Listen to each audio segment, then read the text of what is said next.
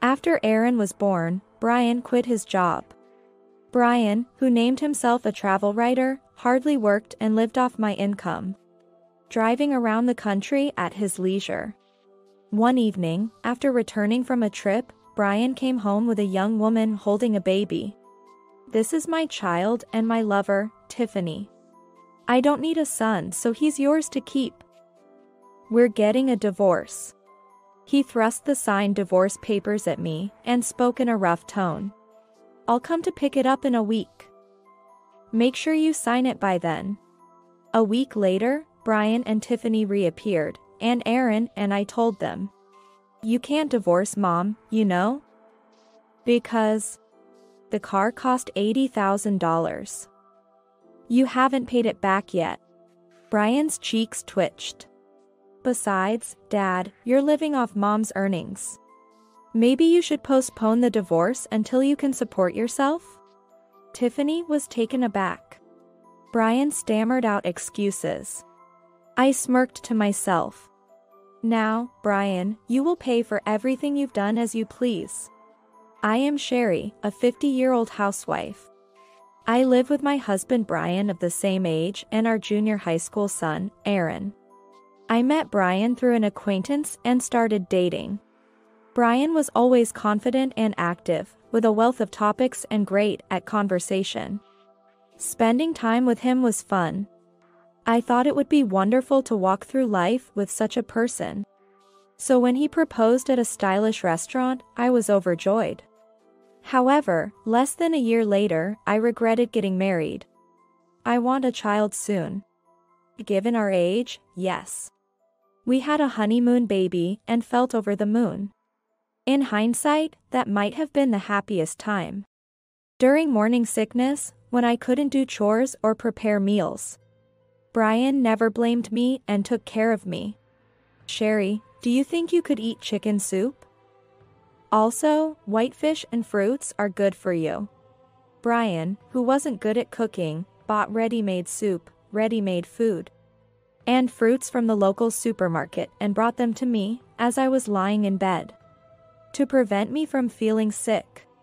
He ate his meals in the dining room and came to pick up the dishes after eating, even washing them. On his days off, he would do the laundry and cleaning. "Brian, I'm sorry for the trouble." "Thank you always." When I thanked him, Brian smiled and gently stroked my head.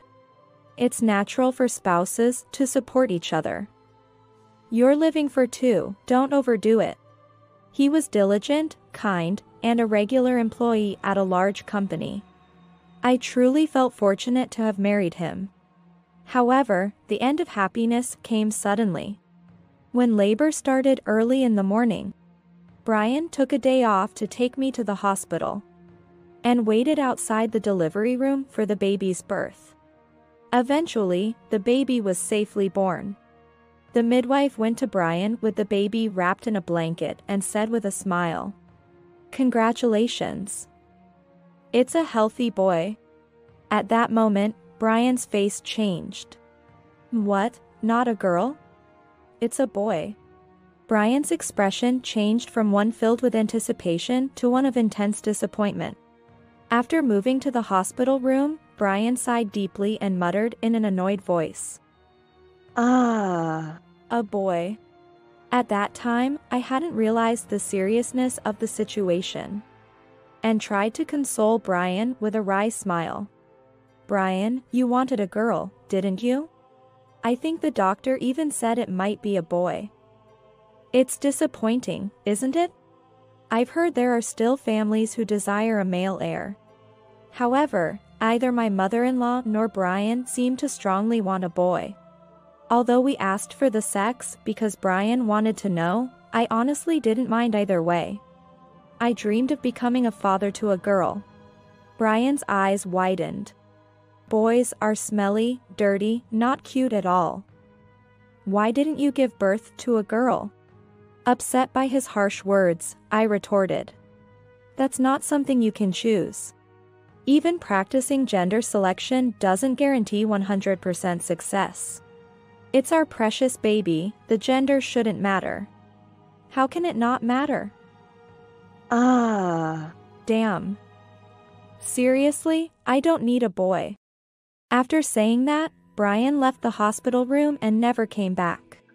He didn't contact me, and I had to leave the hospital alone.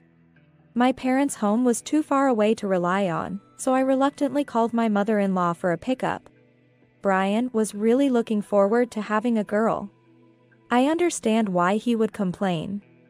I explained the situation, but as expected, my mother-in-law took Brian's side. You're not going back to your parents' house, right? I can come and help if you want. Thank you. I'll contact you if there's anything I need. I politely declined with a forced smile. It's a 30-minute drive from my in-laws' house. I'd rather do the parenting with my husband, even if it's busy, than rely on a mother-in-law who only has snide remarks to make. I thought Brian would soon get over it and start doting on the baby. But I was naive. A hellish solo parenting life began. Before giving birth, we had fun imagining what life with a baby would be. Picking out baby furniture online with Brian and reading articles and books about babies. However, as soon as Brian found out it was a boy, he seemed to lose interest. After coming home from the hospital, he left everything from naming the baby to the minutiae of care to me, effectively abandoning his responsibilities. Brian, could you hold Aaron for a bit? He's been crying so much. I can't get anything done, not even cooking or cleaning. Even when I begged Brian as he came home, he coldly turned away from Aaron without a glance. Can't you see I'm tired from work? Be more considerate. There's no dinner? Then I'll just eat out. Taking care of the baby is the mother's job, right? I'll overlook the mess in the house. Just make sure to do the laundry. I'll be in trouble without anything to wear. Even as Aaron cried and screamed, Brian ignored him and played with his phone. No matter how much I asked, he wouldn't change diapers or take care of baths or feedings. Of course, getting up when he cried at night was out of the question. One evening, as Aaron started crying while we were watching TV, Brian showed his irritation. It's so noisy, he's been crying non-stop. He seems sleepy, but he won't sleep even if I hold him. He'll stop crying if you take him for a walk. Go outside. I couldn't believe my ears. It was February, and it was 8 p.m. You want me to go for a walk when it's snowing? Are you sane? When I snapped at him, Brian twisted his mouth into a sneer. Driving is a waste of gas. Maybe he'll stop crying quickly because it's cold. Furious at such an inconsiderate comment from a father, I grabbed the car keys while holding Aaron, slammed the living room door, and left the house. I put Aaron in the child's seat, drove around the neighborhood for a while, and sighed in relief when I heard him snoring from the back seat. After returning home, I put him to bed, ignoring Brian, who was laughing at the TV. Day by day, my distrust of Brian grew. One afternoon, Brian came home early. You're home early today. As I fed Aaron his baby food, Brian nonchalantly announced while taking off his jacket. I quit my job. Oh. What? I was stunned. I've been thinking, I'm not cut out to be an employee. I should start a company or work as a freelancer, using my talents. From now on, I'll live freely without being tied down by a company. He spoke with pride, and I felt dizzy. Tentatively, I asked, do you have plans for your next job? I love driving, right? And I won first place in an essay contest in 3rd grade.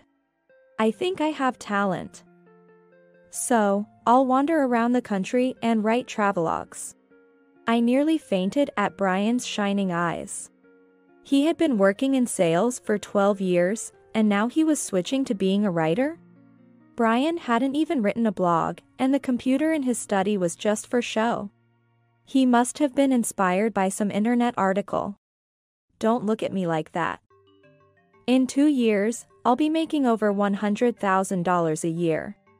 It's a job anyone can do, so a talented person like me will definitely become a bestseller. Watching Aaron eat with his hands while Brian talks about himself. I alternate my gaze between them. I had planned to return to work once Aaron turned 1. Never imagining I'd end up supporting an unemployed husband. That afternoon. First, I need to get the right setup. Full of enthusiasm, Brian went to an electronics store to buy the latest model computer. While I was putting Aaron to bed and washing the dishes, I received a call from my mother-in-law. Reluctantly, I answered. "Hello? What have you been telling him?" My mother-in-law shouted right off the bat. "I don't understand what you mean. To think he would have been set for life at that company. Going from a yearly salary of $80,000 to suddenly being unemployed is unthinkable." That was exactly my sentiment. Because you only pay attention to the baby. Brian quit his job from the stress. Supporting your husband is a wife's duty, isn't it? What a failure you are. If you have complaints, please speak to him. I'm busy, so I'll be hanging up now. My mother-in-law was still ranting. But I hung up and ignored any further calls or messages for a while. I was furious with Brian's selfishness, but resolved to work diligently for Aaron's sake. I had hoped that seeing me manage both household and childcare responsibilities might make Brian reflect a little, but it was futile. Brian would lock himself in his study, fiddling with his computer. Or suddenly announce he was traveling to the Northeast region, leaving without contact and returning days later. Thus, unable to rely on Brian, I used my workplace's childcare services, where they even take in sick children and worked hard. It felt more like single parenting than solo parenting. Full-time work while raising a young child was challenging. But sharing parenting woes with colleagues who were also parents provided some solace. Thanks to my salary funding his writing courses, Brian eventually started earning $300 a month. Still, the household finances depended solely on my income since Brian would spend his earnings as pocket money. I was the one paying for gasoline. Then one day, Brian returned from a trip to Florida in a brand new red sports car. What? Where did this car come from? I fell in love with it and bought it on the spot. Can you believe it was only $50,000 with this coolness? I felt like I was about to turn inside out. $50,000. Yeah, I got bored of the old car after 2 years. This one's my new partner. A writer has to ride in style, right? Suppressing a smirk from Brian, I ask him while pressing my temples. Wait a minute. How did you pay for it? You have no savings, right? Don't worry, it's on an 84-month loan. You can afford $600 a month, right? I'll be a bestseller soon, so just cover it for now. I was dumbfounded at first, but then anger surged. How can I afford $600 a month? We're barely making ends meet. Whose fault do you think our financial struggles are? Then Brian twisted his face and snapped. All you talk about is money, money. How shallow. When did you become such a woman? Support your husband's dreams more. You're too practical, it's boring. With that, he stormed off to his room. Dad, are you back? Aaron asked after waking up from his nap. Yes, but he seems busy with work and went to his room. Say welcome back when he comes down. Okay. Hey, Mom. How long will Dad stay at home? I don't know. I'll ask him later. My heart aching at Aaron's lonely smile. Even as Aaron started daycare, Brian remained distant and cold, responding only when spoken to but never initiating conversation or making eye contact. I pondered if divorce might be the better option. Yet I worried about Aaron feeling responsible for their separation. 15 years since Brian quit his job, his monthly income remained meager. The reason was clear. Brian had discovered the joy of online gaming and prioritized it over work. Even when a substantial income comes in, it quickly vanishes on gaming credits. And the rest is spent on clothes or going to nightclubs. On the rare occasion Brian brings home a souvenir, he boasts about it for a while. "That cookie I bought the other day was delicious, wasn't it? It's because of my job that we can enjoy such tasty things. You should be more grateful." After the sports car was finally paid off, he immediately sold it for another new car. I initially protested, "We need you to contribute to the household expenses. As a father, maybe you should spend more time at home. Limit your spending on hobbies." But Brian would become furiously angry, veins bulging on his forehead. "You're mocking me for my low salary. You're looking down on me. That's not it. I just wish you'd act more like a father." Speaking with patience, Brian responded in a harsh tone, still with a face full of anger. "Next year, I'll definitely be making $100,000 a year. Then we'll have plenty, I'll spend time at home, and I'll contribute to the household. Just wait until then without complaining." After repeated arguments, I eventually gave up on discussions. Perhaps viewing his father as a cautionary tale, Aaron grew up to be honest and kind. Always considerate of my tiredness from work. He would help with household chores. And even put a blanket on me when I fell asleep on the sofa. Or surprise me with handmade dinners and bouquets for birthdays and Mother's Day. One evening, while I was preparing dinner, I heard the front door open. Thinking Aaron had returned from cram school, I was surprised to hear Brian's voice speaking to someone. Could it be a guest? Removing my apron, I went to greet them and froze. Brian was cozying up to a young woman holding a baby. "Welcome back." The woman, dressed provocatively and wearing heavy makeup. Likely a worker from a nightclub Brian frequented. But why did he bring her to our house? The woman who entered the house with Brian pinched her nose and marched into the kitchen to peek into the pot. She sported a pitiful smile and sneered in a nasal voice. "Ew. It smells like garlic." "Brian, it's going to stick to my clothes." "Sorry, Tiffany." "Hey, Sherry, do something about it." "It's okay, I can bear it." "Oh, are you having stew for dinner?" How modest. "Brian, the Italian full course was delicious."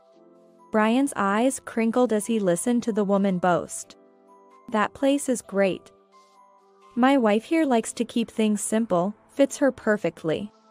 "Oh, Brian, you're terrible." As they laughed together, my irritation grew. Thanks to Brian's modest salary, I have been without Italian cuisine for 15 years. Biting back my retort, I asked Brian. "And you are?" Tiffany, with a challenging look, cheerfully introduced herself. "Nice to meet you, I'm Tiffany, Brian's wife." "Hey, you're getting ahead of yourself." Brian glanced at Tiffany and the baby, a doting smile spreading across his face. "This is Tiffany, my mistress, and our child. She gave me a daughter. Cute, right? She has Brian's nose and everything." The baby, dressed in pink, was cradled in Tiffany's arms, gazing at me with round eyes. "Oh, is that so? And what do you want?" I asked coolly, and Brian responded with a smirk. "The son is yours. We're getting a divorce." He placed a signed divorce paper on the table, announcing with a huff. "I'll come to pick it up in a week. Make sure you've signed it by then. Brian is fed up with you. I'll be taking the wife position." Tiffany, ever the high-handed mistress, provoked disbelief. "Brian, where are you going? This is your home, isn't it? I don't want to be with you anymore. Once you and Aaron leave, I'll come back." His outrageous reasoning left me speechless. The two of them left with laughter, their modified sports car's loud exhaust fading into the distance. I, momentarily stunned, eventually focused on the divorce papers. As I looked at them, rage boiled within me. Brian had abandoned his role as a father simply because the child was a boy. He quit his job on a whim, sparing his meager income for himself, and now demanded a divorce because he had a mistress and a child? I tore up the divorce papers, throwing them into the trash can, seething with anger. How dare you? How selfish can you be? I clenched my fists. If that's how you feel, then I have plans of my own. You're going to pay for everything you've done as you pleased up until now. A week later, Brian returned with Tiffany, without the baby, presumably to avoid a dramatic scene. Aaron, who greeted them, saw Brian's slightly awkward expression. "Hello there, I'll be your new mom soon." "Nice to meet you." Ignoring Tiffany's overly enthusiastic greeting, Aaron looked directly at Brian. "Dad, aren't you supposed to say I'm home when you come back?" Brian, with a sullen face, ignored Aaron's comment, holding hands with Tiffany and seating her beside him at the dining table. As I was making coffee, Brian addressed me in a rough tone. "I don't need coffee. Give me the divorce papers instead. Come now. We're in for a long discussion, might as well have something to drink." I smiled as I prepared coffee for four and placed it on the table. Aaron sat across from Brian, and I faced Tiffany. I debated how much to tell Aaron, but decided he was mature enough being in 9th grade. So I laid everything out for him. After a sip of coffee, I casually mentioned, "I threw away the divorce papers." "What? You don't want to divorce me?" Aaron looked at Brian with a mix of disdain and disbelief. "You can't divorce Mom, can you? Because you still owe me $80,000 for the 2 new cars." Brian's face paled. "I won't let you forget." "When exactly will you repay me?" "I covered the entire cost, after all." "Right, Dad. And how will you afford to live if you remarry this person?" Aaron chuckled. "Considering you're living off Mom's earnings, maybe you should postpone the divorce until you can support yourself?" Brian became visibly flustered. Tiffany, wide-eyed, turned to look at Brian's profile. "What? What's going on, Brian?" It's just family matters, Tiffany. You don't need to know." As Brian struggled to explain, I showed him the printed payment statements. "Look, this is for the previous car, paid in 84 installments. And this is for the new car's payments. Tiffany, do you understand? All paid from my card." Tiffany tilted her head in confusion. "Why aren't you paying these yourself, Brian? You said you were making $100,000 a year with a management position at Harrison Corporation." Aaron and I burst into laughter at the same time. "Really? Carrying around a business card from 15 years ago? That's practically fraud. You're unemployed now." We both couldn't help but burst into laughter at the absurdity. "No. I'm a freelance writer. Self-proclaimed travel web writer, huh? Earning less than a high schooler's part-time job. From an annual salary of $80,000 to what, about $4,000 now?" Tiffany's eyes widened in shock. "What, $4,000? Yes, look here." "Stop, you fool." I showed Tiffany the bank statement, revealing monthly deposits of $400 or $500 from the same company, leaving Tiffany speechless. "So, all those brand clothes, shiny leather shoes, and the luxury sports car, even the meals you've treated me to, were all paid for by your wife?" "That's right. Take a look at this." I leaned forward to show Tiffany the credit card statements. He took my card, which I barely use, and started spending without telling me. I'll pay it back later. It's fine, we're family. Brian raised his voice. In 2 or 3 years, I'll be earning over $100,000 a year. You believe in me, unlike these two, right? Brian looked at Tiffany with a vague smile. You said the same thing when Aaron was a baby. 15 years later, nothing has changed. Next to me, Aaron nodded in agreement. You can move in with Tiffany or remarry her.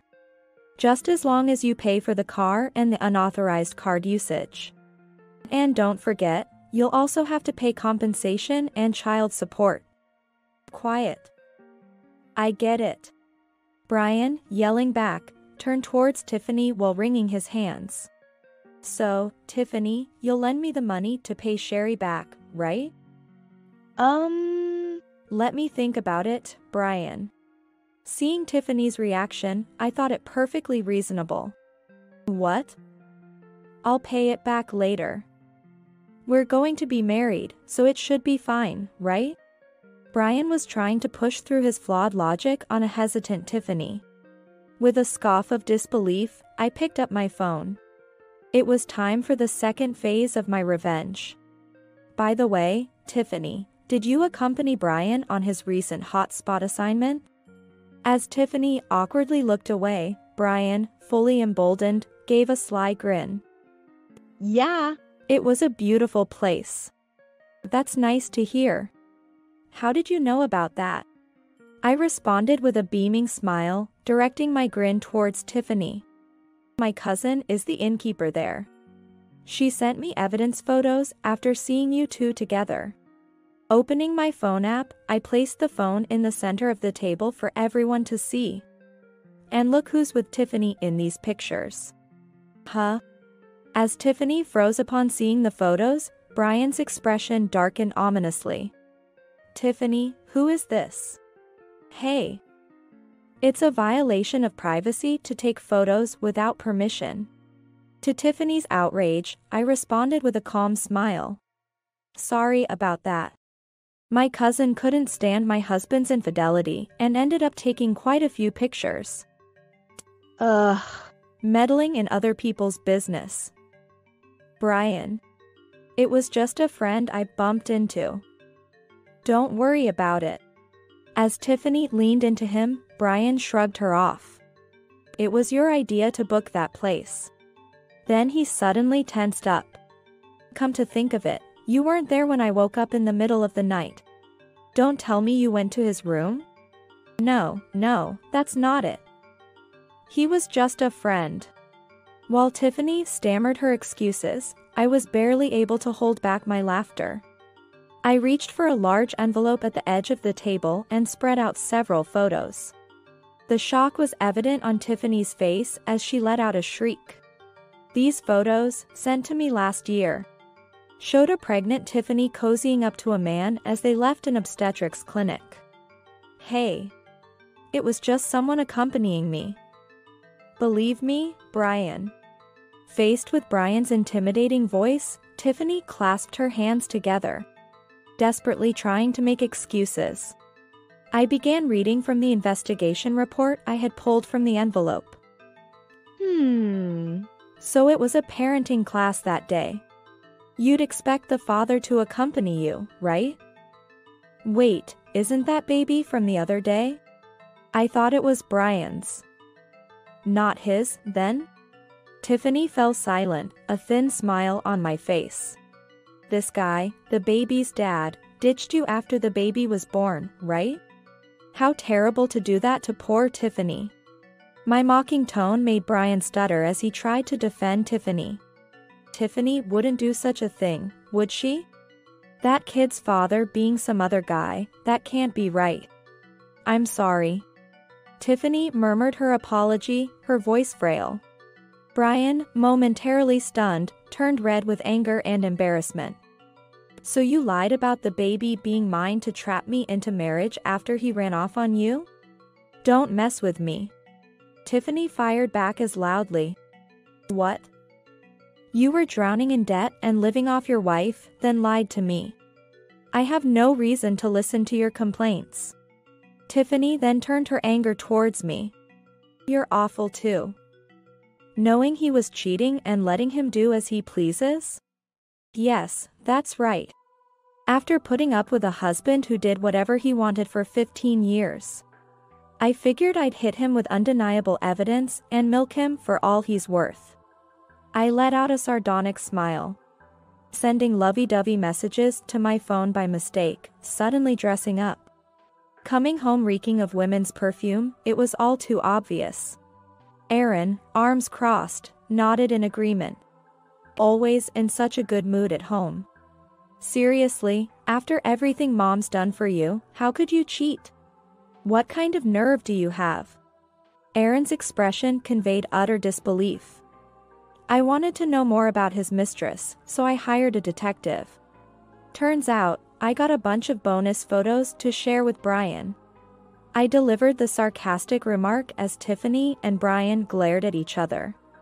Oh yes, I'm not the type to be bossed around by a superior. You said something like that, right? Funny thing to say for someone who was fired for causing trouble. Brian's eyes widened in shock. How did you know that?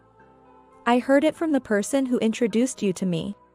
I let out a derisive laugh, enjoying the revelation. You were fired for going out for drinks with new employees. And then touching them in the taxi on the way home. They reported you to their superior. It serves you right. Brian trembled with rage. It's exaggerated. It was just over the clothes, and I was drunk. It's not like they lost anything. You're the worst, Dad. Aaron condemned him with a cold voice. It was unbearable when I found out about this. Probably more shocking than you not caring for me. I thought of you as a shameful person. Really? What do you think women are? Brian, I didn't know you were like that. Gross. Tiffany, looking at Brian with disgust. Huh? I don't want to hear it from someone who tried to pin another man's child on me. Brian glared sharply at Tiffany. What you did is no better. Both of you are as bad as each other. The new employees you harassed are planning to sue you, Brian. Be prepared. Brian was shocked. What? For that? They're not satisfied with just firing you. They want compensation for the emotional distress. Brian's eyes widened in disbelief. I don't have that kind of money. Brian yelled, his face turning beet red. Aaron looked on with a disheartened expression.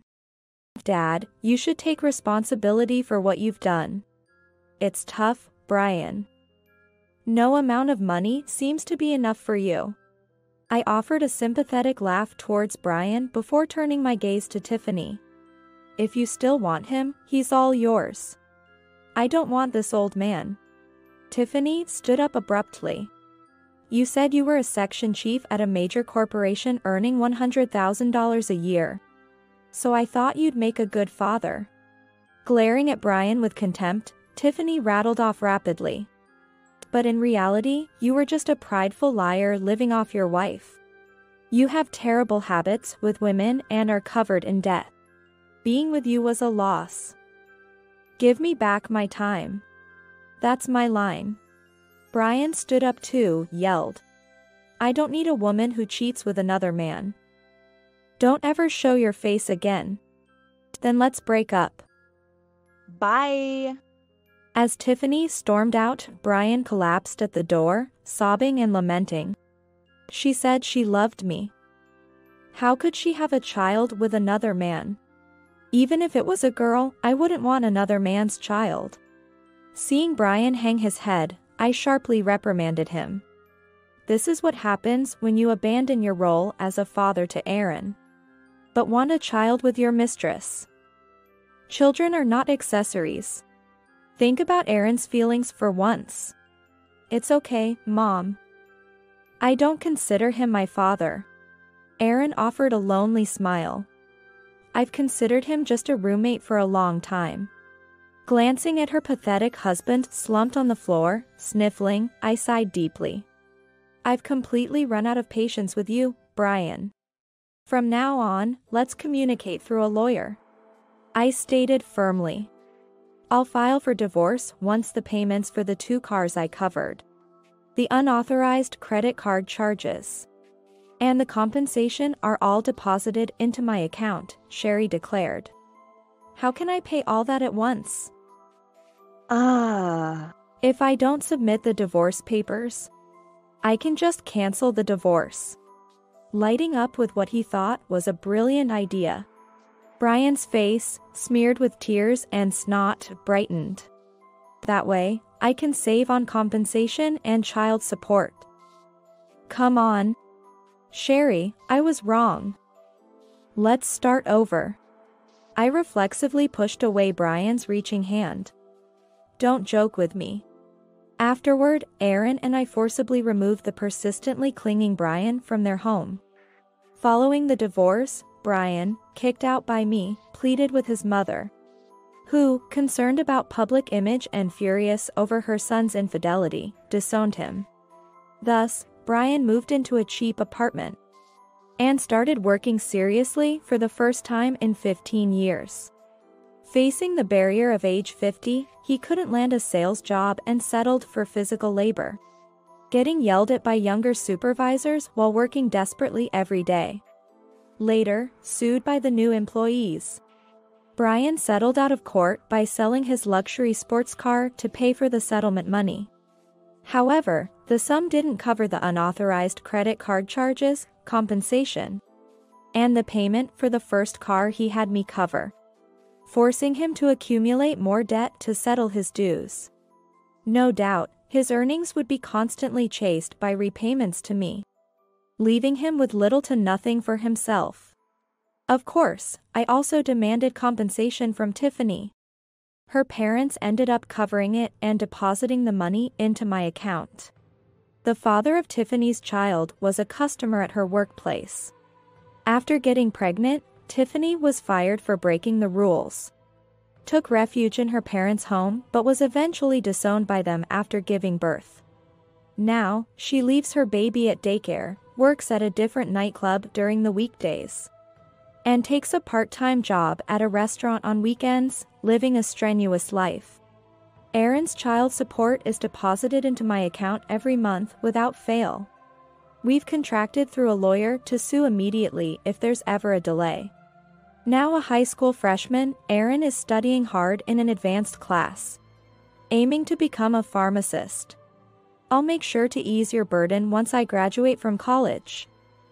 Just wait, Aaron said with a smile, earning his own spending money through part-time jobs amidst his busy study schedule.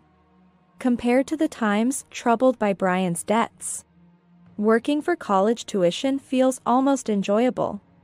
From now on, I look forward to spending fulfilling days together with my kind and reliable son.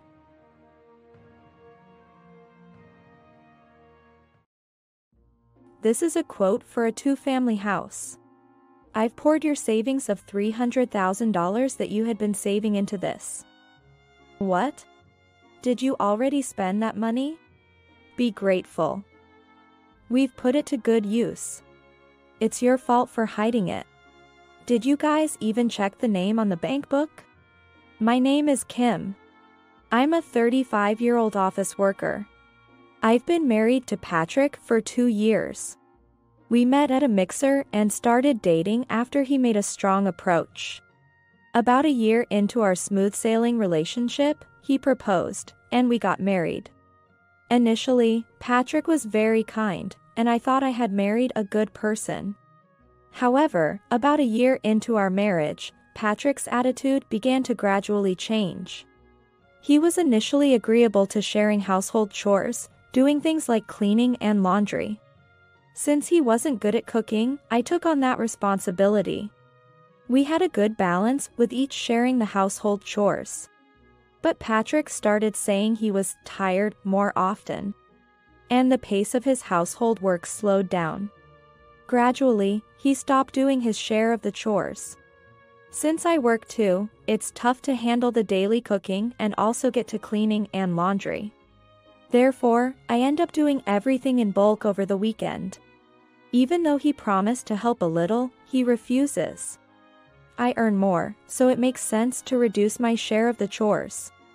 Saying such, Patrick stubbornly stopped doing any household work.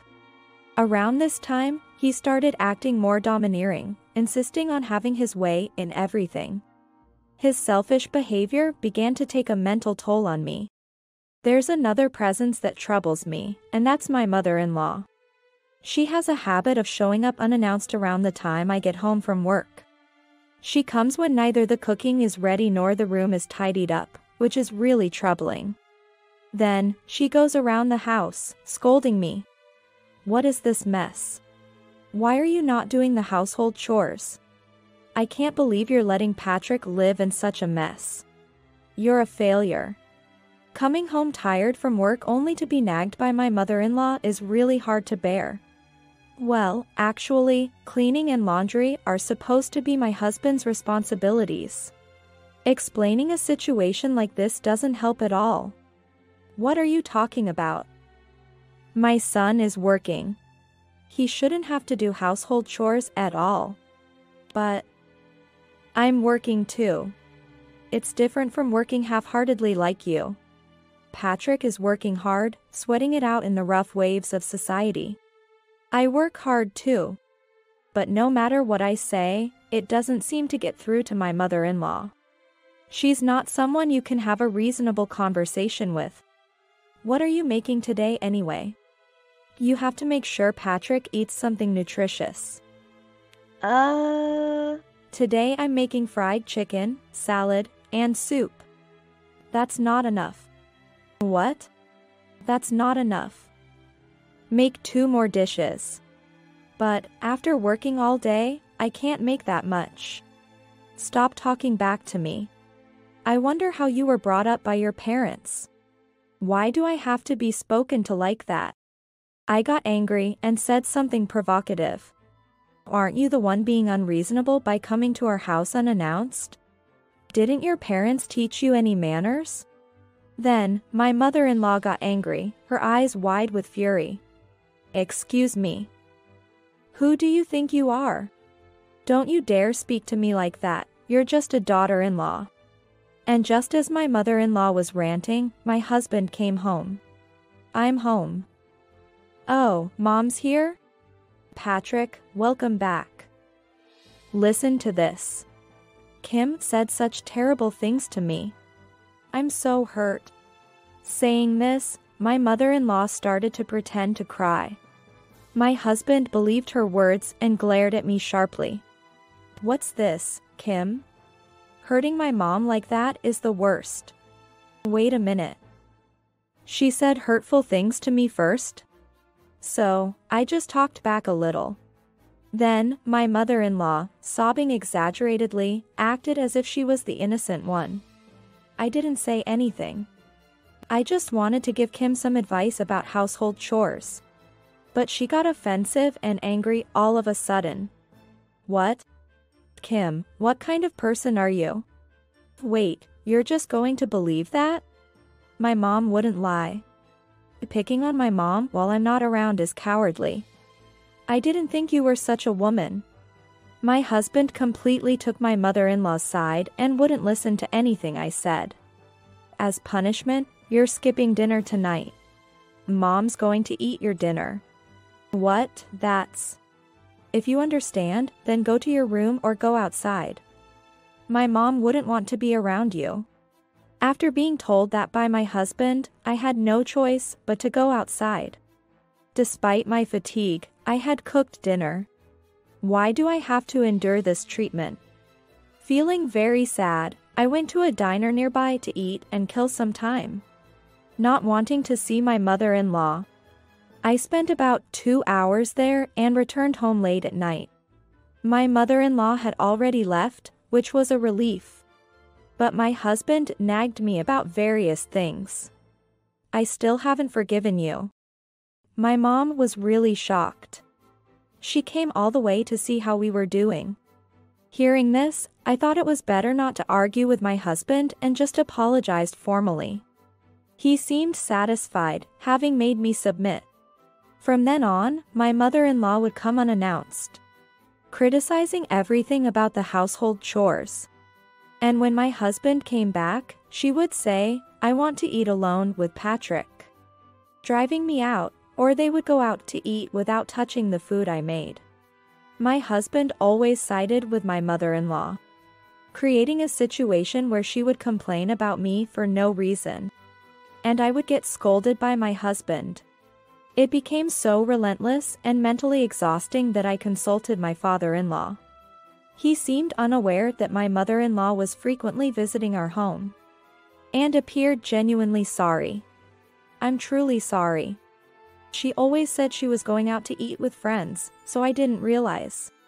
"No, it's not your fault, father. She said it was hard to manage friendships. So I've been giving her money for meals, but she hasn't offered it, has she?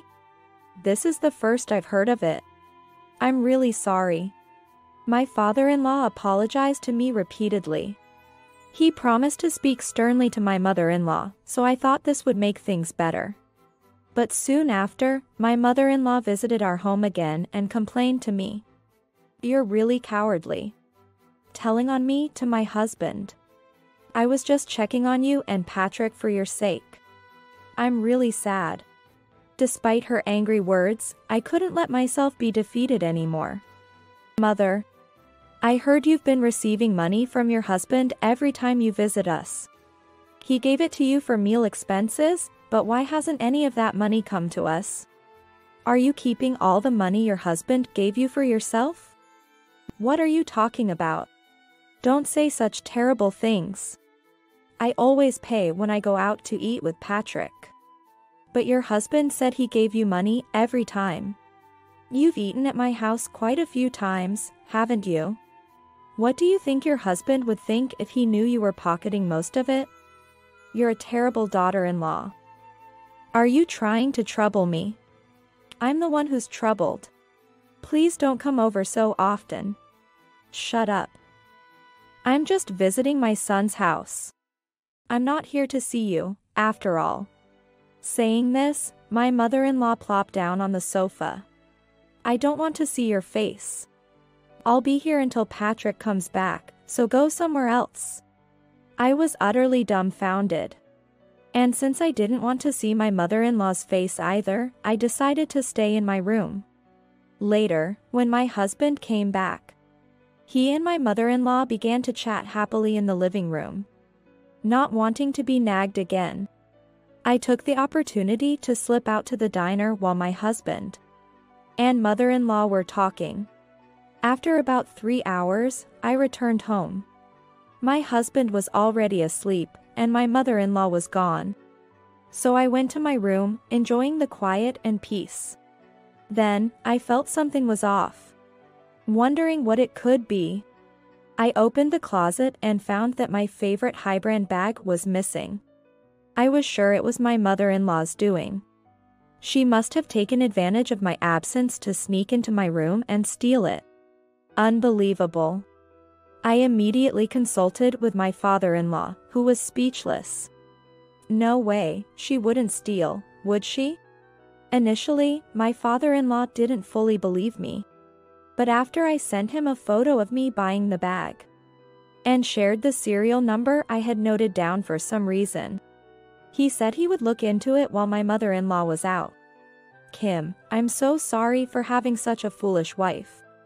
He apologized and met me at a cafe to return the bag. He apologized profusely. "Patrick and she are hopeless. I wish I could teach them a lesson." After saying that, my father-in-law seemed to have an idea. I was surprised by the plan he shared with me. Will it really work?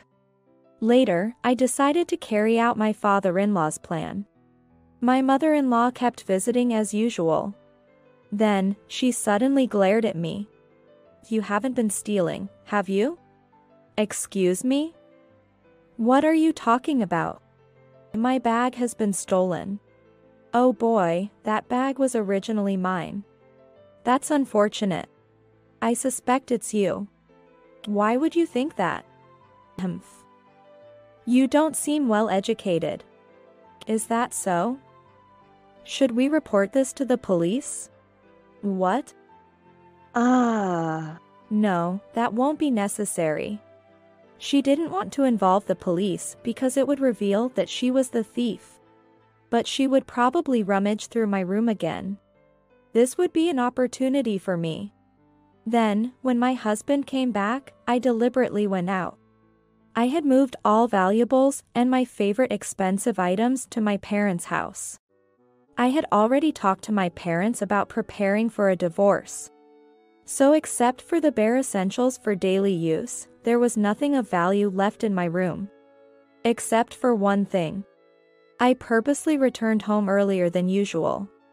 And just then, my mother-in-law was leaving. She and my husband were smirking. Seeing their expressions, I realized they had fallen into the trap. My father-in-law's plan seemed to be succeeding. And when my mother-in-law came back on the weekend, I stayed in my room, wanting nothing to do with her, until they called me out. Both had triumphant looks on their faces. I never thought you had saved up so much. What are you talking about? Oh, playing dumb now? About the money in the bank account. Really, keeping it a secret from Patrick makes you such a stingy woman. I graciously used it for our family instead. What? What do you mean? My husband and mother-in-law, grinning, began to lay out some quotation documents on the table. This is a quote for a two-family house. What? I've poured your savings of $300,000 that you had been saving into this. What? Did you already spend that money? Be grateful. We've put it to good use. Why would you do something like that without asking? It's your fault for hiding it. I combined it with my savings of $50,000 and paid in full. That way, there's no interest. I can't believe it. Deciding something so important on your own. Huh? You don't have the right to have an opinion or make decisions. Exactly. From now on, you will be our slave and do all the household chores. If you want to run away, you can. But don't forget most of it was bought with your money. It would be a waste to hand over $300,000 and just leave, wouldn't it? Laughing loudly were my husband and mother-in-law. The worst. I can't believe I married someone with such a terrible personality.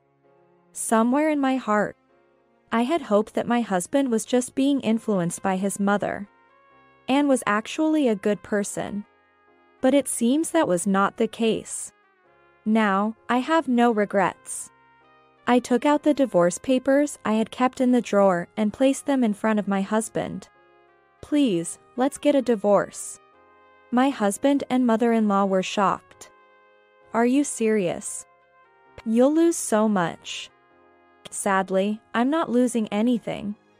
Huh? Did you guys even check the name on the bank book? Huh? After I said that, my husband hurriedly checked the name on the bank book. Then, both he and my mother-in-law looked at each other, surprised. What does this mean? Why is it in my name? My mother-in-law screamed that. Hey! What's this about? Kim. Did you steal my mom's bank book? Don't say such terrible things. I was just keeping it for your father. Despite what I said, my husband and mother-in-law didn't believe me. Don't mess with us. That can't be true. Exactly. You thief. We'll take you to the police. Seeing they had lost, they changed their attitude. Such low standards. You're welcome to consult the police. At that time, I'll also submit the footage from the security camera I had hidden in my room. It clearly shows you two breaking into my safe and taking what's inside. When I said that, my husband and mother-in-law's faces turned pale. But you stealing my mom's bank book is also a crime, isn't it? Exactly. You're going down with us. As they screamed that, my father-in-law arrived. Actually, I had contacted him when my husband called me to the living room. Dad. Listen to this. Kim stole Mom's bank book. This woman is a thief. Quiet. Both of you, be quiet. Startled by my father-in-law's shout, my husband and mother-in-law froze. I had Kim hold onto your bank book. Why would you do such a thing? Because you and Patrick have been making Kim's life miserable. Not only bullying your daughter-in-law, but to think you'd steal a bag. Shameful. Excuse me? What are you talking about? Playing dumb is useless. I returned that bag to Kim. That's... My mother-in-law was shocked to find out my father-in-law knew everything. Then, why did you have Kim hold on to that bank book? Someone who would steal a bag without a second thought would surely try to open a safe if they found one. That was a trap set to test you. But I never expected you to go as far as building a house. My father-in-law looked utterly disappointed. That $300,000 was transferred as a division of assets because I decided to divorce you. Knowing you, I thought you'd mistakenly spend it like water. So I planned to keep it in the safe until all procedures were finished. My mother-in-law's face turned pale at my father-in-law's words. Huh? Divorce. I've had enough. You've done whatever you pleased for too long. From now on, you can live however you like alone. Wait a minute. So, I've already spent all the money given to me as part of the property division. It seems so. But that's what you deserve. I have properly divided the property. I won't give a single penny more. What? What am I supposed to do if I'm left with nothing after the divorce? You have a house, so you'll be fine. Despite the mother-in-law's pleas, the father-in-law coldly dismissed her and thrust the divorce papers at her. My husband watched with his mouth agape.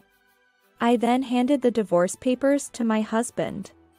Why are you just standing there? Hurry up and sign. This. Are we really going to get divorced? Of course. And there's still more I need to claim from you. What? I have recorded all the verbal abuse you and your mother have thrown at me. After consulting with a lawyer, I was told I could claim damages for emotional abuse. That's... I also know about your affair. What? I have evidence photos from the detective agency. So, I'll also be claiming damages for the affair.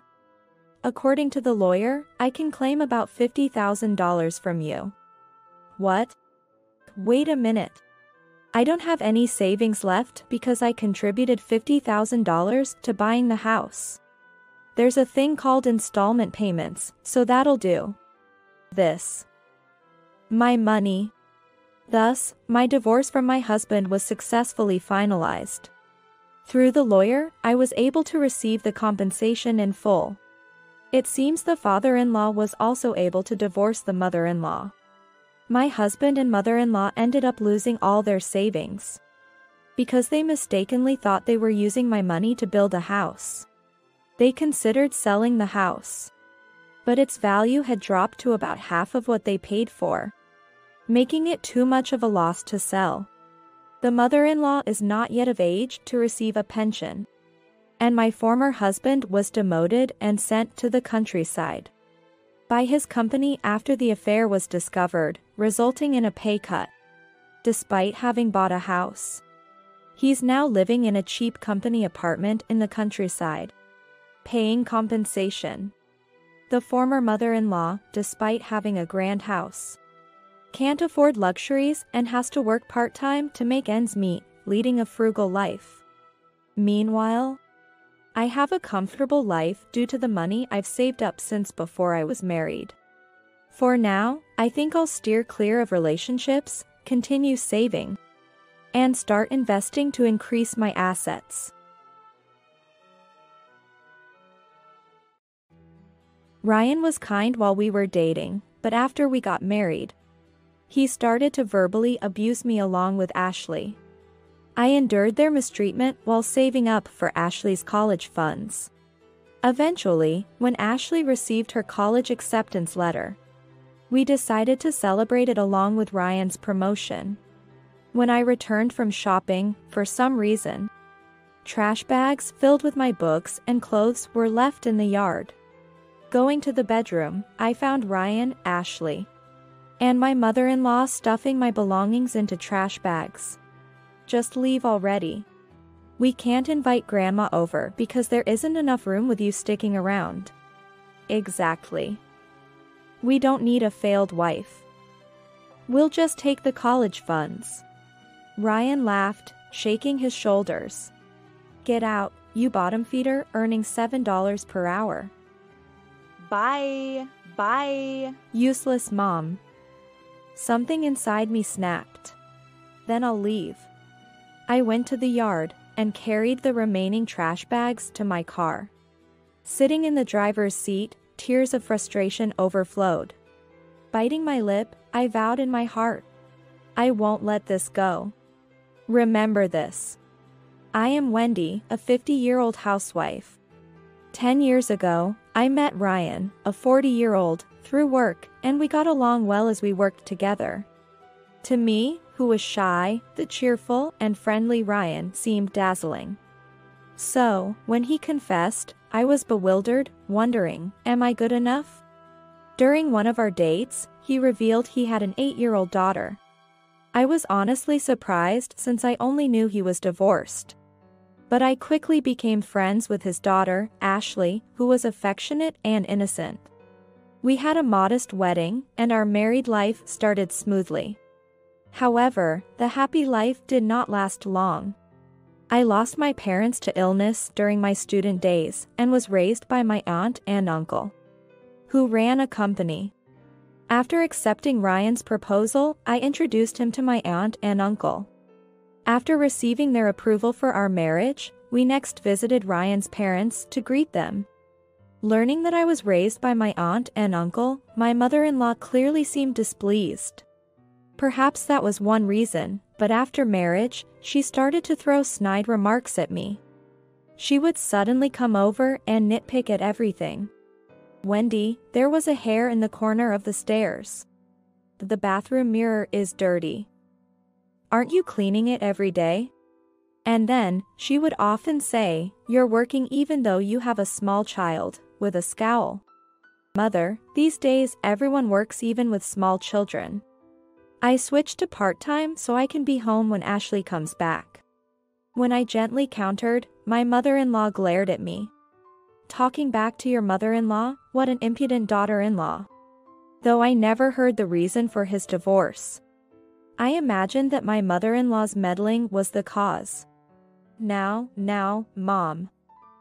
If both of us work, we can save up for Ashley's college funds faster. At first, Ryan stood up for me, but as years passed, he, like his mother, started verbally abusing me. You come back from work half-day, and this is the meal you prepare? Don't you care to comfort your husband who returns home tired? I'm sorry, but it's hard to prepare 3 dishes every day besides the main one. You're just lazy. Everyone does it. My mother-in-law, who was a full-time housewife, never used store-bought ready meals and imposed the same rule on me. So, I made time for meal prep late at night or on weekends when the family was asleep. Just when I thought the issue was resolved, Ryan started insisting. I want to save money, so I'll bring lunch to work. Of course, I had to prepare it. And, as expected, he complained about the lunch too. The lunch has frozen food in it. The main dish is leftovers from dinner. You're cutting corners too much. Preparing all the small dishes by hand is hard. Don't talk back, wife. You know I hate ready-made meals. Is this your way of annoying me? Ryan raised his voice. No more frozen or ready-made meals from now on. But it's the wife's duty to prepare meals considering the family's health. Do you want to make me and Ashley sick? You're terrible. I'm sorry. I'll do as you say from now on. Resisting would only result in hours of sarcasm, so it was better to comply quietly. It meant less time for myself, but there was no helping it. In fact, I had a secret pleasure. After Ashley and Ryan went to sleep, I would jot down various ideas in a notebook, fantasizing about creating something useful or fun. As a child, I received an award for a presentation during summer vacation research. It was a hobby I kept secret from the two of them. Thinking about useful items or fun products was the perfect stress reliever. Complaints weren't only from my mother-in-law and Ryan. Initially, Ashley seemed like an innocent and cute child. But as she reached the upper grades of elementary school, she began to act selfishly. Depending on her mood, she would cling to me or beg for extra allowance. Then she would verbally abuse me, make fun of me in front of her friends, or ignore me. Days when I was worn out from being at Ashley's beck and call increased. Seeing Ryan mistreat me, Ashley began to mimic him for fun. It's just adolescence, after all. To Ashley, I was the woman Dad brought home. It's natural for her to rebel. If she wouldn't warm up to me, I thought I should try harder to get along with her. I made an effort to empathize with Ashley instead of scolding her outright for bad behavior. Even when she hurled insults, I didn't snap back but calmly explained. That's not how you talk to someone older than you. I always attended school events and helped with homework after returning from work. If she was sick, I took her to the doctor and took time off work to care for her. I had no experience raising children. Although she wasn't my biological child, I poured love into raising her because she was the child of the person I loved. However, it seemed my efforts didn't reach Ashley. Eventually, Ashley entered high school and needed lunch. Unlike Ryan's preference for volume, a high school girl's lunch needed to be colorful and fancy. I woke up at 5 a.m. every morning to carefully prepare her lunch. Put fried chicken in tomorrow's lunch. I'll have a hamburger, please. Both of them would request different dishes, making it quite difficult. Yet, they often came back with their lunches untouched. When asked why, they casually said, "I felt like having pizza today. I stopped by the store and suddenly wanted bread. I woke up at 5 a.m. to make it. I wanted you to eat at least a little bit." When I inadvertently let this slip, both of them quickly became sullen. You change your mood sometimes, don't you? Don't be so sanctimonious, it's annoying. If you're a mother, making your child's lunch is the least you can do, right? Ashley's tone, full of hostility, pained me more than Ryan's. I'm sorry, My apology emboldened Ryan. Don't get cocky just because you made lunch. It's nothing special. Yeah. You should be grateful we even eat it every day. Complaints about too many vegetables, too strong flavors, and now this. I felt more sadness than anger. Talking with Ashley and Ryan always made me feel miserable. Because they were like this, the promise of sharing household chores made at the beginning of our marriage was, of course, broken. Even though you say we're both working, you come home midday. That doesn't count as work. We come home in the evening. It's only natural for the person with the most free time to do the chores. I'm not free at all. By the time I finish cleaning and preparing dinner after coming home, it's already night. Even when I protested, it fell on deaf ears. And on weekends, were they helping? Ryan and Ashley would either lounge around with their phones, lying on the sofa, or shut themselves in their rooms playing games. It was as if I, bustling about, didn't exist in their field of vision. Old lady, bring me some juice. I'll have coffee. Bring it to the living room, I'm playing games with Ashley. Ashley still called me an old lady instead of mom. I have a women's association meeting after dinner. Could you help out a bit? When I couldn't bear it any longer and spoke up, Ryan clicked his tongue. Huh? Let us rest at least on weekends. You see, I'm playing with Dad, right? Do you intend to disturb our bonding time? But we're strangers to you. So it can't be helped. The word strangers pierced my heart like a blade. What's with that face? Got a complaint? Ryan showed his intimidation. Who do you think allows you to live in this house? A disposable part-timer like you challenging me is 100 years too early. Faced with their attacks, I bit my lip and swallowed my complaints. Ryan, despite his bluster, was just a section chief in a small to medium-sized company. So his income wasn't high. He earned more than me, a part-timer, but that was about it. Ryan's domineering attitude towards me might also stem from holding the purse strings. Before we got married, I had mentioned, I'm not confident in managing finances. Then I'll manage it. That way, Wendy, you can rest easy. Fooled by his refreshing smile, I agreed to hand over my entire salary to Ryan. From our combined salaries, he would give me money for living expenses and Ashley's college fund. Despite Ryan's salary increasing over the years, the household budget I was given kept decreasing. Recently, I was only handed $1,000, from which I had to save half for college expenses and use the rest for groceries, daily necessities, and miscellaneous expenses. I wish I could have an extra $500. I'd also like some pocket money for myself. A housewife doesn't need pocket money. Put $500 for Ashley's education expenses into the account first. I'll be checking it every month. I stood my ground against Ryan's command. Ryan, you often buy luxury watches and designer suits. You're always nagging me to save money and hesitating to spend. It seems like you're giving Ashley a lot of pocket money too. Why am I the only one who can't buy what I want? I pleaded desperately with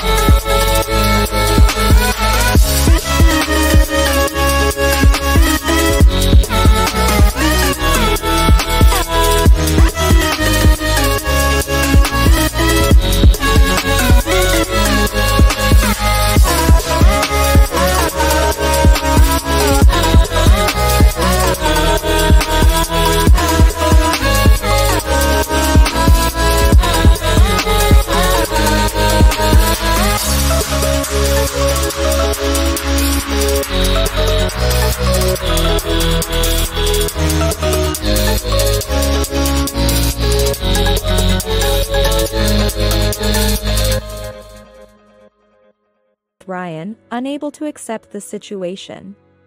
I work too. It's ridiculous that I need my husband's permission to buy clothes or go to the hair salon. Both Ashley and I have our social obligations. You don't need those mommy friends, do you? You dressing up is just a waste of money anyway.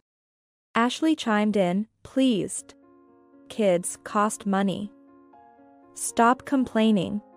Fine, I'll increase my work hours. The extra I earn can be my pocket money, right? Ryan was appalled. Of course not. You can't even manage the household chores perfectly as it is. What will happen if you neglect them even more? Mom would oppose it too. Mentioning his mother, I gave up on arguing. It's hard for me, who is not good at speaking up and is timid, to stand up to the three of them. But somewhere in my heart, I harbored a faint hope. If Ashley got accepted into college and started enjoying her campus life, perhaps her attitude towards me would soften? Seeing Ashley going to school happily with the money I saved, maybe Ryan would start treating me with more respect. However, my hopes were quickly dashed. When the harsh winter began to ease, Ashley's acceptance letter arrived. A few days later, Ryan came home with news that made Ashley cheer. Dad, you're becoming a manager? That's so cool. I got the provisional notice, but now it's confirmed. My salary and bonus will skyrocket. I listened, feeling disheartened. Not a single penny would come my way. I was sure to be pressured into saving as always. Yay! Buy me a fancy bag to celebrate. Of course. Tomorrow, let's call Mom over for a celebration dinner. Wendy, prepare a feast. It has to be homemade, of course. Watching the two of them call his mother, I sighed quietly. Well, at least this time it seemed like I might enjoy some peace without their usual snide remarks. The next day, I went to the supermarket to buy ingredients for steak and soup despite the rainy weather. Ashley and Ryan were in high spirits from the morning. Arriving home and getting out of the car, I noticed garbage bags left out in the rain, which weren't there when we left. Feeling a bad premonition, I went to check and was shocked to find my clothes inside. I quickly tied the bags and went inside to confront Ryan and Ashley, only to find my mother-in-law's shoes at the entrance. Hearing noises from the upstairs bedroom, I ran up to find Ryan, Ashley, and my mother-in-law cheerfully throwing my books and clothes into garbage bags. What are you doing? Oh, you're back? Can't you see? We're throwing out trash. Old lady's stuff is all cheap junk anyway. I snatched the garbage bags from the three, who continued their task. Stop. Don't do this without my permission. It doesn't matter. You're no longer needed. What? I, stunned, heard the three of them continue. We've already paid the entrance fee for college, right? And we've saved up $70,000 for 4 years of tuition fees. Your role as an ATM is over. It's impressive how you saved up with just a $7 hourly wage. My forcing you to save shows my skill. I stared at Ryan, dumbfounded. Why is he acting as if it's his achievement? Ryan proudly continued. After kicking out my previous wife, I wanted to bring Mom here. But first, I thought of saving up for college. Finding a submissive woman to save money meant Ashley and I didn't have to cut back. You seemed submissive enough and just right to double as a housekeeper. But Dad, we were wrong about her. Ashley puffed out her cheeks. She can't do household chores perfectly, lectures me even though she's an outsider. Totally useless. My mother-in-law glared in agreement. Ryan married you off despite you being an orphan and older. You should be more grateful to Ryan instead of constantly complaining. Surrounded by the three, they had their say. So, leave as soon as you can. We can't invite Grandma over with you taking up space. Exactly. We don't need a failed wife. We'll just take the money. Pushing the garbage bag towards me, Ryan smirked. A bottom feeder with an hourly wage of $7 should get out. Bye. Bye. Useless mom. Something inside me snapped. Then I'll leave. I grabbed my valuables, transferred my clothes and books from the garbage bag into a suitcase, and left the room. Heading to the yard, I also loaded the rain-soaked garbage bags into the car. Sitting in the driver's seat, tears of frustration overflowed. From the start, Ryan never had any affection for me. To be considered nothing more than a housekeeper and an ATM. How much more could he demean me? I felt like my head was going to explode with anger. Biting my lip, I swore in my heart, I won't let this end here. You'll remember this. Desperate to get away from those three as soon as possible, I drove a bit before stopping on the shoulder of the road to call my uncle. Without holding back on the details, I vented everything to him. He was furious and immediately arranged for an available room in a bachelor's dormitory for me to use until I found a new place. I decided to take him up on his kindness. Fortunately, only my clothes were wet from the rain, so I dried them at a nearby laundromat and took them to my room. After storing my clothes in the built-in chest and organizing my valuables, I gradually began to feel calmer. During our courtship, Ryan was truly kind, so I deluded myself into believing he cherished me. Even after his demeanor changed post-marriage, I kept telling myself, he's actually a kind person. Things will eventually return to how they were. With time, Ashley and I can become closer. And regarding my mother-in-law, it's natural for there to be discord between a mother-in-law and daughter-in-law. Being confronted with reality, I finally woke up. No matter how much I tried to reach out or made an effort, it was all futile with those people. They would surely receive the consequences for trampling over my feelings. First, I visited my uncle's company to ask for a recommendation for a good lawyer. I also went to the municipal office to pick up divorce papers and completed various procedures. Eventually, I received a message from Ryan stating he had submitted the divorce papers. After I became an unwanted person and was out of their lives, neither Ashley nor my mother-in-law bothered to call even once. A month of peaceful days passed before I heard from Ryan again. While I was working on my computer, I decided to ignore the call when I saw his name displayed on my mobile screen. I had been expecting it around this time, but I was busy. After letting it go for a while, his tearful voice came through the voicemail. Wendy, please, answer the phone. Something terrible has happened. After the call was disconnected, it continued to ring endlessly. Please pick up soon. Help us, please. If things stay like this, it's going to be bad. With every transition to voicemail, Ryan left messages crying, relentlessly calling like a ghost. Overwhelmed by his persistence, I finally decided to answer the phone. What do you want? Wendy. What have you done? I'm busy. Can you get to the point? Ryan gasped on the other side of the phone. My sharp tone seemed to have intimidated him. Yeah. I called Ashley's university. Sniffling, Ryan explained his reason for calling. Then, they told me she has withdrawn her enrollment, so she is not a student here. What's going on? Wendy replied, exactly as you were told. She stated calmly. I was the one who called to withdraw her enrollment.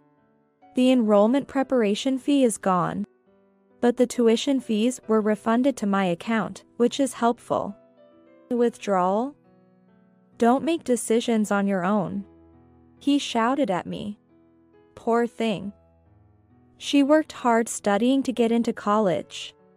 Oh, I had no idea, I said with irony. With the pocket money you gave her. She was too busy going to karaoke until morning and attending concerts. Hardly the behavior of a student preparing for exams. Well, that's... He faltered. I've never once seen her studying. So, you chose a college where money alone would suffice for admission? She studied when you weren't looking. Besides, college is not just about studying, there are other things to learn too. You've taken away that opportunity. Ryan retorted, clearly annoyed. Oh, my apologies. Perhaps it would have somewhat improved her twisted character.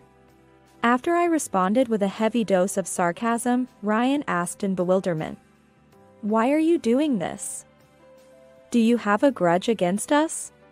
I rattled off in response to his absurd question. She told me to leave quickly, calling me a useless mother. Who does she think enabled her education? Do you know how much effort I put into saving that money? Holding on to those words shows how narrow-minded you are. Well, there's money in the account, right? Yes. The call abruptly ended. Sighing, I went back to work on my computer. However, within an hour, the phone rang again. Reluctantly answering, I was met with Ryan's frantic shouting. Why can't I withdraw the money from your account? Oh, you couldn't withdraw it? Feigning ignorance, Ryan began to rant and rave. When I tried to withdraw at the bank, they refused me at the counter. Of course. I changed the account holder's name. You can't just do that. Wait, Wendy, where are you? Who knows? Please, change it again. Ryan's voice was desperate. Without it, Ashley will have a hard time attending a different college next year. Please return Ashley's money. Return? That $70,000 is my money. I couldn't help but laugh in disbelief. Besides, you're always splurging on luxury items. Shouldn't you easily be able to afford your darling daughter's tuition? I sarcastically said to Ryan, who is becoming flustered. I need money because I live at the bottom. So, the next section chief, you should prepare it, or ask your beloved mother to help out. Sure, my salary will increase when I become a section chief. But I'm currently drowning in debt. And Mom is living on her pension. Drowning in debt? What do you mean? Ryan hesitated, then muttered. Prideful as he is, Ryan wouldn't want me to grasp any of his weaknesses. However, perhaps realizing his bluster was meaningless now, Ryan pleaded. Both Mom and I are going through a lot. So please, at least spare us the compensation. Oh, how tough for you. But I will be claiming the compensation in due course. Take care. I emphasized my point and hung up the phone. The day after being kicked out, I went to the bank and changed the registered account holder's name, anticipating Ryan might try to withdraw money from my account. As soon as he learned about the college withdrawal, if Ashley had been a serious student, canceling her college enrollment would have pained me. However, given her frequent indulgence in leisure, I chose this path without hesitation. That evening, I received a voicemail from Ashley, filled with curses aimed at me, which I promptly deleted. Later, through the lawyer my uncle introduced, I filed a claim for compensation against Ryan, who predictably protested. You know I don't have money, yet you demand compensation. What a vile person. Why should I even pay? I've provided for Wendy.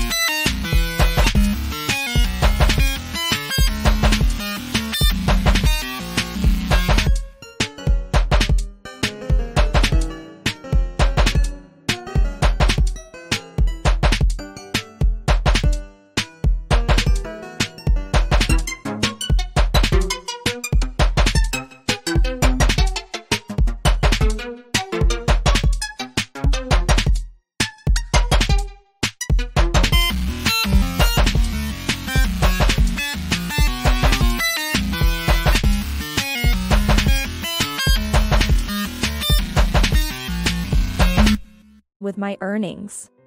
Treated a failed wife kindly, and never cheated. What's there to complain about?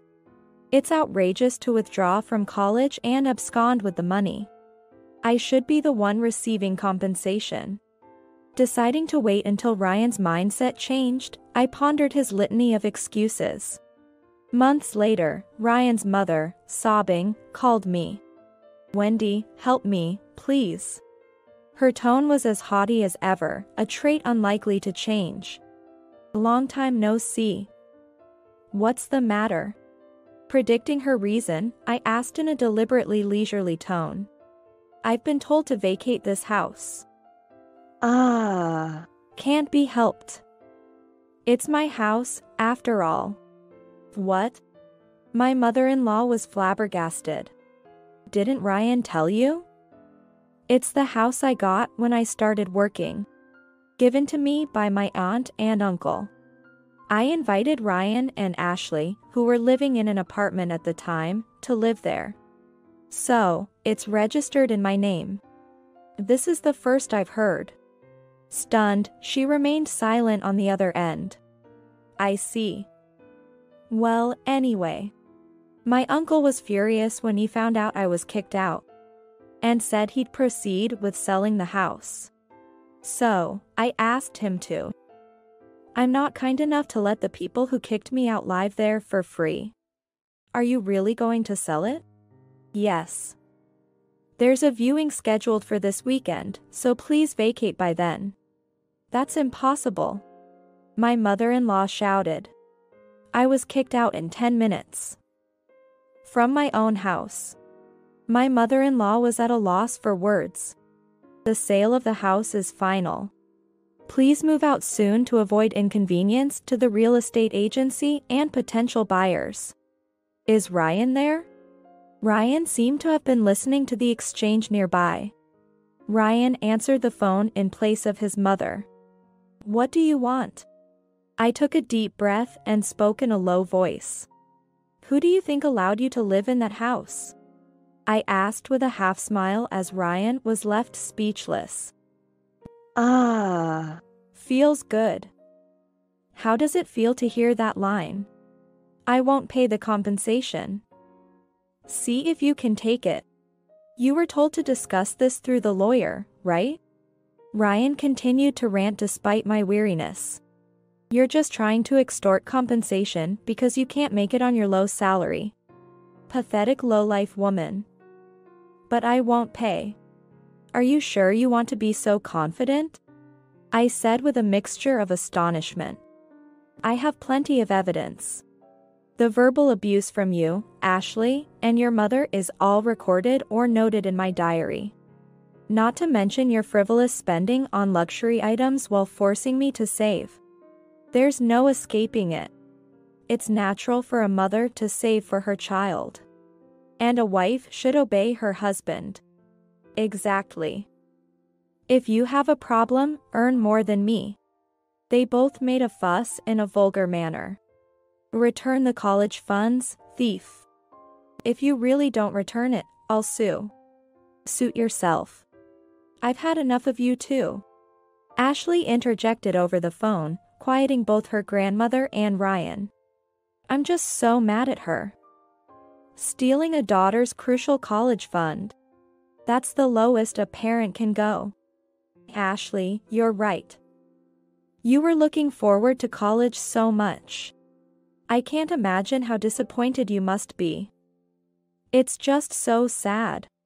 Ryan, sounding almost tearful. But it's okay. There's always next year. And once Dad becomes a manager, his salary will increase, and our lives will be easier. That's true. Ryan exclaimed joyfully. So, let's stop lowering ourselves to her. Let's hand over the house and move to a condominium quietly. If Ashley says so. My mother-in-law reluctantly muttered. Be grateful for Ashley's kindness. Yeah. I'm hanging up now.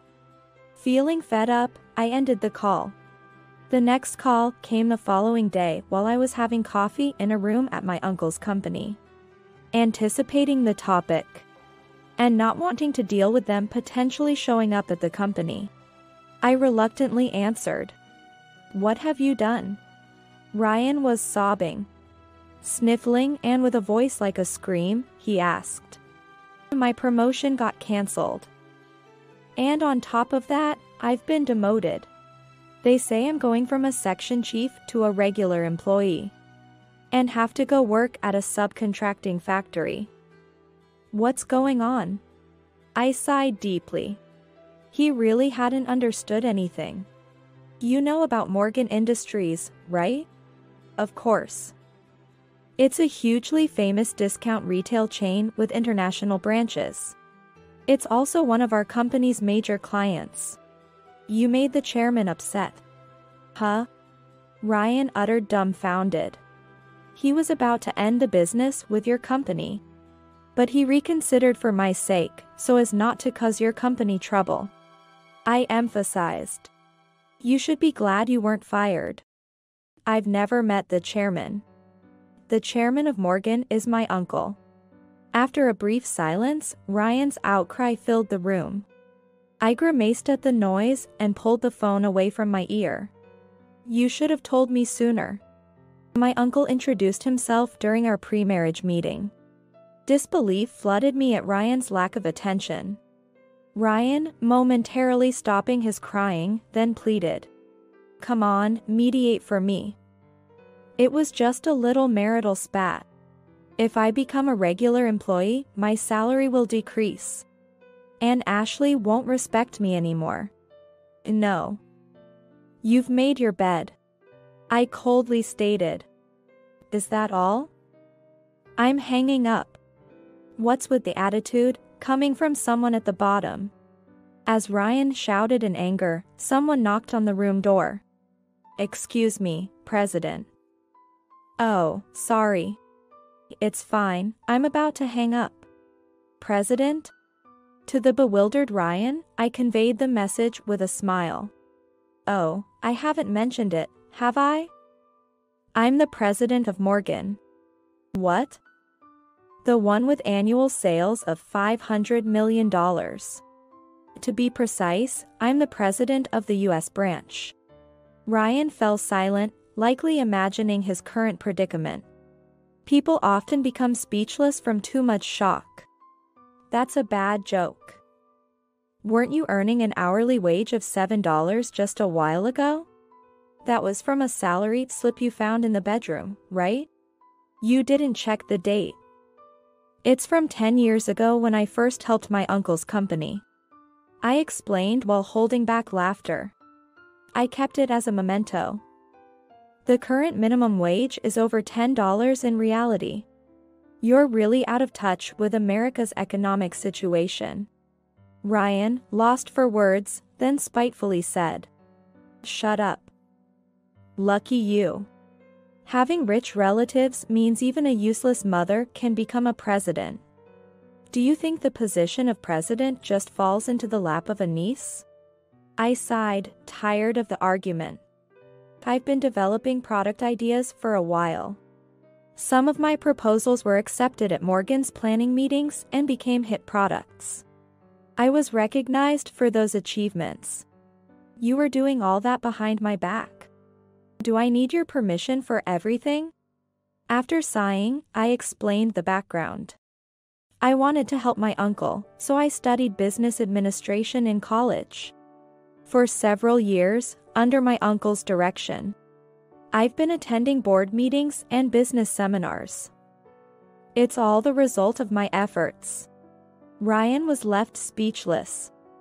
I used the license fees from a patented stationery item to fund Ashley's college expenses. Otherwise, it would have been impossible to cover both living expenses and savings from my salary alone. Well, if you have that much money, you don't need compensation then, my mother-in-law interjected. It seemed Ryan had put the phone on speaker so his mother could listen in. Ashley might be listening too. I just learned that there's supposed to be a division of property when you divorce, right? You have an obligation to give half of the money you earn to Ryan. Grandma knows her stuff. I couldn't help but laugh at my mother-in-law's confidence. What's so funny? Mother, the division of property isn't an obligation, it's a right that each spouse has. So, it's also possible to waive that right. Oh. I could almost see my mother-in-law tilting her head in confusion over the phone. I'm refusing it, so not a single penny will go to Ryan. If you don't like it, we can settle it in court, but I'm sure I'll win. What? Mom's the president of Morgan, and I won't get a single penny? That's not fair. Ashley sounded disappointed. Ryan. Remarry Wendy now. Being the husband of a president means you can live in luxury. Forget your pride, this isn't the time for that. Ryan agreed with his mother's urging. Yeah. Mom's right. Wendy, I apologize for everything in the past. Let's start over. I won't treat you like a maid anymore. Mom. I won't call you useless anymore. So, please come back. And I want to live in a high-rise condo. Faced with their audacity, my anger turned into laughter. I can earn enough on my own, so I don't need a useless husband. As for the compensation, it will be deposited into my account monthly. If you can't pay, I'll seize your assets, so please take note. Amid their shouting over the phone, I hung up and blocked Ryan, Ashley, and my mother-in-law's contacts. Ryan ended up getting fired from the subcontracting company due to his arrogance and conflicts with other employees. Struggling with living expenses, debt, and compensation payments. He's been working non-stop at factories on weekdays and restaurants on weekends. Unable to afford living in the house anymore. Ryan, Ashley, and my mother-in-law moved to a rundown apartment.